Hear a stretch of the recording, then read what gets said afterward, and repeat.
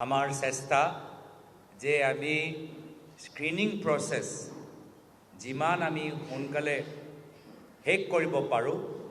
সেয়া আমাৰ চেষ্টা থাকিব। আমি বিভিন্ন সময়ত আমাৰ কেন্দ্ৰীয় নেতৃত্বৰ লগত কথাখিনি আলোচনা কৰিছোঁ আৰু তেওঁলোকে আমাক বিভিন্ন সময়ত পৰামৰ্শ দিছে যে কংগ্ৰেছ দলৰ প্ৰথম পৰ্যায়ৰ তালিকা প্ৰাৰ্থীসকলৰ এই মাহৰ শেষৰ ফালে প্ৰকাশিত হ'ব লাগে আৰু এই ক্ষেত্ৰত আমাৰ কেন্দ্ৰীয় নেতৃত্বই আমাক জনাইছে যে যি সময়ত আমাৰ প্ৰাৰ্থী তালিকা বা আমাৰ এটা যি প্ৰক্ৰিয়া প্ৰদেশ কংগ্ৰেছৰ স্তৰত শেষ হ'ব, আমি দিল্লীত গৈ যেতিয়াই বিচাৰোঁ আমাৰ মাল্লিকাৰ্জুন খাৰ্গে ডাঙৰীয়া,